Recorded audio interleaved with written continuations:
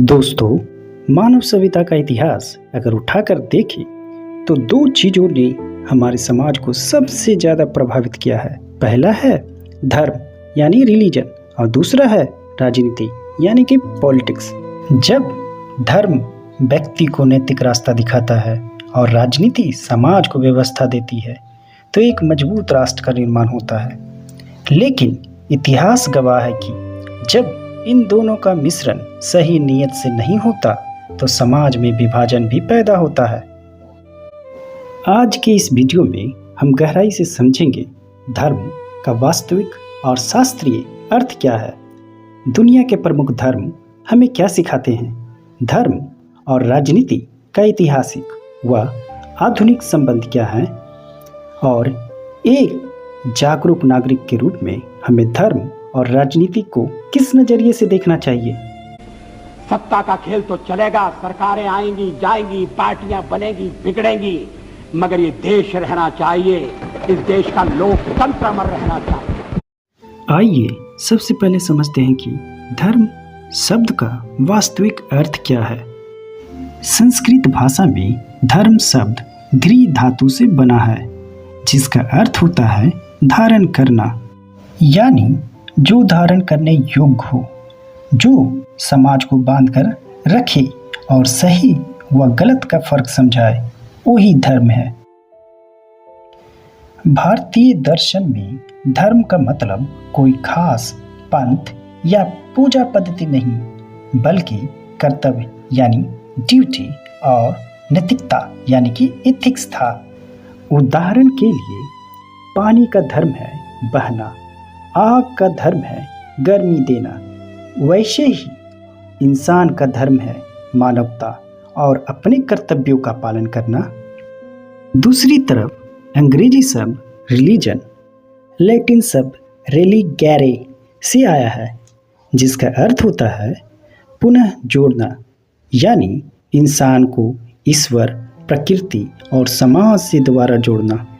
अगर हम दुनिया के प्रमुख धर्मों का अध्ययन करें तो तरीके और रीति रिवाज अलग हो सकते हैं, लेकिन सभी का मूल संदेश एक ही है, प्रेम, करुणा और शांति। सनातन धर्म यानी हिंदुइज्म यह दुनिया की सबसे प्राचीन विचारधाराओं में से एक है। इसकी मुख्य सीख है वासुदेव कुटुंबकम, यानी पूरी दुनिया एक परिवार है। यह कर्म के सिद्धांत और सभी जीवों के प्रति आदर का संदेश देता है। बौद्ध धर्म यानी बुद्धिज्म भगवान बुद्ध ने अहिंसा और मध्य मार्ग दिखाया। यह सिखाता है कि दुखों का कारण हमारी अत्यंत इच्छाएं हैं और सही सोच व ध्यान से ही सच्ची मानसिक शांति पाई जा सकती है। इस्लाम इसका अर्थ ही शांति और समर्पण है। इसकी मूल सीख एक ईश्वरवाद और दान है जो गरीबों और जरूरतमंदों की मदद करने पर बल देता है। ईसाई धर्म यानी क्रिश्चियनिटी ईसा मसीह का जीवन प्रेम और क्षमा का प्रतीक था। यह सिखाता है कि अपने शत्रुओं को भी क्षमा करो और दूसरों से वैसे ही प्रेम करो जैसा खुद से करते हो। सिख धर्म यानी सिखिज्म गुरु नानक देव जी ने 3 मुख्य सिद्धांत दिए, नाम जपो, किरत करो, वंड छको, यानी ईमानदारी से कमाओ और बांट कर खाओ। निष्काम सेवा इसकी पहचान है। जैन धर्म यानी जैनिज्म इसका मूल मंत्र है अहिंसा परमो धर्मा, मन, वचन और कर्म से किसी भी जीव को दुख न पहुंचाना ही जैन धर्म का आधार है। अब आते हैं सबसे महत्वपूर्ण पहलू पर, धर्म और राजनीति का आपस में क्या संबंध है। ऐतिहासिक दृष्टिकोण से प्राचीन काल में राजनीति और धर्म का संबंध पूजा पाठ से नहीं बल्कि राजधर्म यानी गवर्नेंस एथिक्स से था। चाणक्य और सम्राट अशोक के समय राजधर्म का अर्थ था राजा का अपनी प्रजा के प्रति निष्पक्ष न्याय, सुरक्षा और जन कल्याण का कर्तव्य। महात्मा गांधी ने कहा था, जो कहते हैं कि धर्म का राजनीति से कोई लेना देना नहीं है, वे धर्म का वास्तविक अर्थ नहीं समझते। गांधी जी के लिए राजनीति में धर्म का मतलब था सत्य, अहिंसा और नैतिकता। अगर राजनीति से नैतिकता को निकाल दिया जाए तो वह केवल सत्ता और स्वार्थ का खेल बनकर रह जाती है। लेकिन इसका दूसरा पहलू भी है। जब राजनीति में धर्म का इस्तेमाल नैतिकता के लिए नहीं बल्कि ध्रुवीकरण यानी पोलराइजेशन और वोट बैंक के लिए किया जाता है, तब समस्या पैदा होती है। देश में ध्रुवीकरण नहीं होना चाहिए,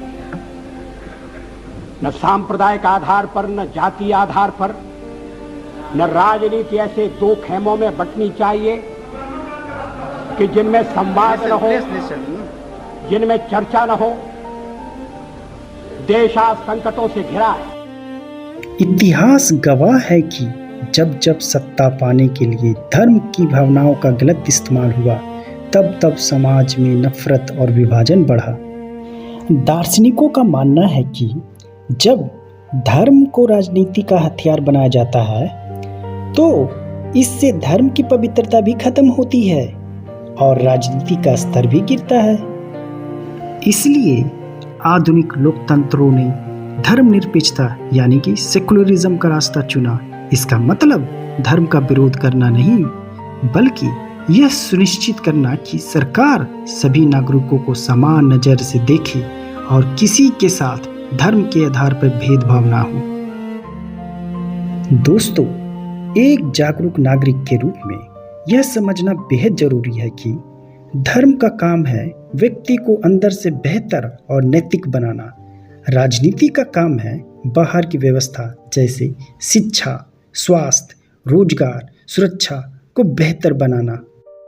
दुनिया भर के दार्शनिक इसे द गोल्डन रूल कहते हैं। दूसरों के साथ वैसा ही व्यवहार करो जैसा तुम अपने के लिए चाहते हो।